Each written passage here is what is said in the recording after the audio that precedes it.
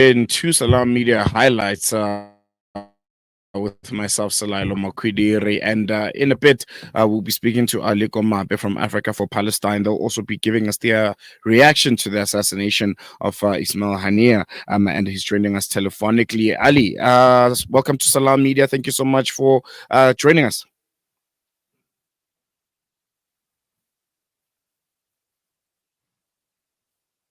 Okay, we seem to have lost Alie Komape there, but we'll try and get in touch with him again just to get his reaction on that very, very unfortunate and I think very tragic assassination of Hamas leader Ismail Haniyeh, the political chief of Hamas, who was assassinated in Iran, I think, in the early parts of this morning. Yeah. Okay, we seem to have Alie Komape back on the line, and he's joining us via telephonically. Alie Komape from Africa for Palestine. Ali, thank you so much for joining us. Welcome to Salam Media. Good afternoon. Good afternoon to your listeners, and thank you for having us. Pleasure is all ours, even though it's in very, very unfortunate circumstances. From Africa for Palestine's point of view, what do you make of the assassination of Ismaili Haniyeh, especially in terms of its impact on the Palestinian cause, not only in Gaza and in Palestine, but the world over? Firstly, we join Palestinians and the rest of the world in mourning the assassination of Comrade Ismail Haniyeh, the leader of the resistance movement Hamas. We learned of the news this morning in early hours of the morning, the news coming out of Tehran. This is terrible, terrible, terrible. Terrible is a terrible tragedy to begin with. If you remember very well, almost his entire family was wiped out in Gaza a couple of months ago in a targeted bombing attack, and now he was assassinated, targeted him and his bodyguard. This is very tragic. So much death in and around Palestine and those who lead the Palestinian cause. It's a very difficult thing to deal with constantly. Death, that is. And I'm going to ask you, the same question that I've asked, all of the other previous guests I've had, who are also giving us their reactions from the various solidarity organizations about the response. As solidarity organizations, as activist movements, what's next? Where to from here? This is not the first assassination, and this is certainly not the last, but this is one that has occurred at a very critical time when it comes to this current status quo and the events of what's currently happening in Gaza and in Palestine. There was supposed to be ceasefire negotiations. Ismail Haniyeh, one of the chief negotiators, and right now tragically losing his life. So what's next from here? Where do we go from here as the people that are in the picket lines and the people that are protesting and standing up against all Israeli forces from whatever country they might be in around the world, but particularly right here at home in South Africa? What we make of this is that this is exactly what Israel wants. This is what Israel has wanted for a long time. They assassinated the founder of the Islamic movement, the resistance movement Hamas, in its early days. Number one, trying to eradicate the resistance movement, but number two, trying to instigate a response. We saw that when the resistance movement were changing tactics from the late 80s into the early 90s to Second Intifada, you saw a number of Palestinians changing tactics, military tactics, in their resistance of the Zionist enemy. Now, this was done by the Islamic movement that is led today by Ismail Haniyeh and his collective. Now, what Israel is doing right now, they have assassinated the leader of the resistance movement, expecting a response to justify the genocide. This happens a lot. We see it also in the West Bank, where Israel would they would throw stun grenades in Masjid Al Aqsa during Ramadan, knowing that it's the holy month of Ramadan, knowing that Palestinians who are Muslims are passionate about their sacred holy sites of prayer during that time of the month. Then, when Palestinians respond in guerrilla warfare or in resistant tactics, resistant military tactics, Israel then justifies its genocide of Palestinians.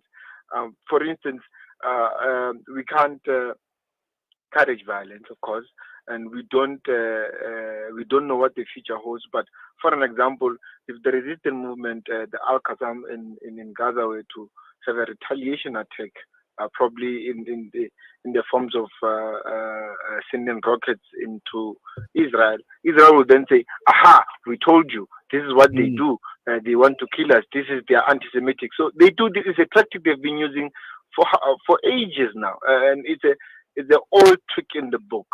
So they're trying to instigate. They are trying to provoke the resistance movement. We don't know what's going to happen in the next few days, the next few hours.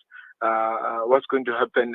What's the response from number one, the resistance movement in Gaza, but number two, also the resistance axis in the Middle East. We are not aware at this particular point, especially looking at Iran, look at Lebanon, Yemen, and so on. What might happen? But Israel wants this. To be quite specific, also, Israel is not interested in peace. If there is peace, then it defeats the purpose of Israel existing in the Middle East and in Palestine altogether. From its foundation in 1948, it has always been a violent settler colonial entity. They have no interest in peace. Peace defeats the purpose of Israel's existence. So they do anything and everything to stifle conflict in the Middle East. We know this. Many people have said this before, that Israel is the root cause of conflict and problems in the Middle East. Problems and conflicts that benefit the West, and other actors within the Gulf and the Middle East also. So Israel is the main cause of it. They do not want peace in that region. They do not want peace with Palestinians. So they will always take any and every opportunity to stifle conflict.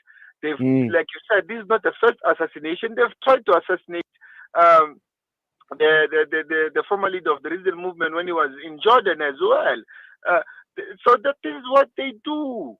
Khalid Mishal was poisoned in Jordan, and they had to get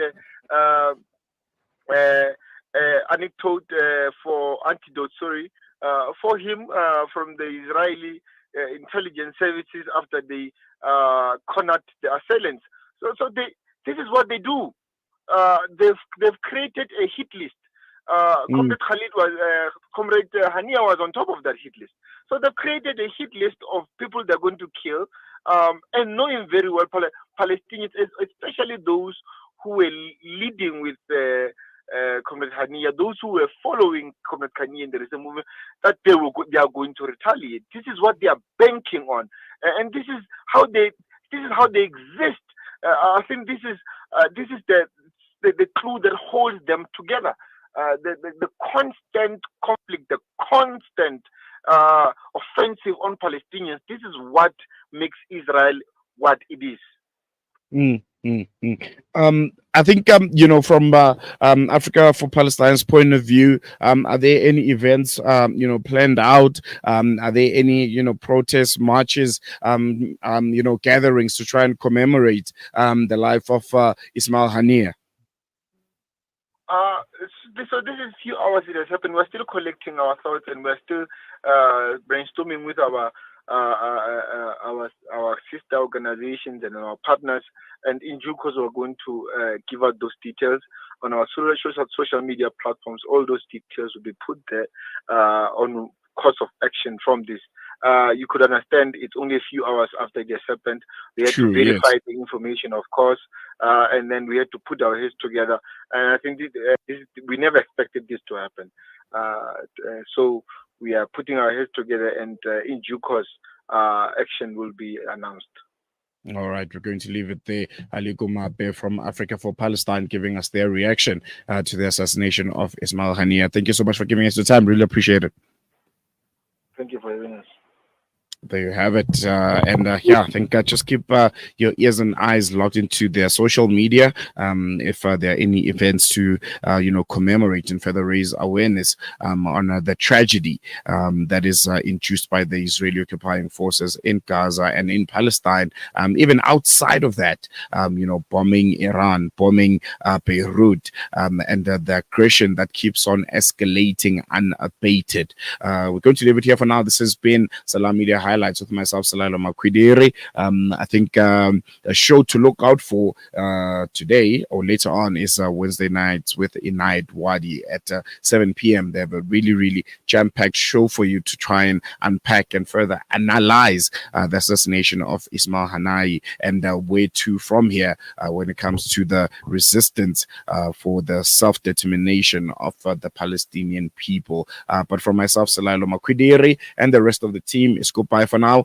Don't forget to tune in to Wednesday Nights with Inaid Wadi from 7 p.m. Right till 9 p.m. this afternoon. Assalamu alaikum. See you soon.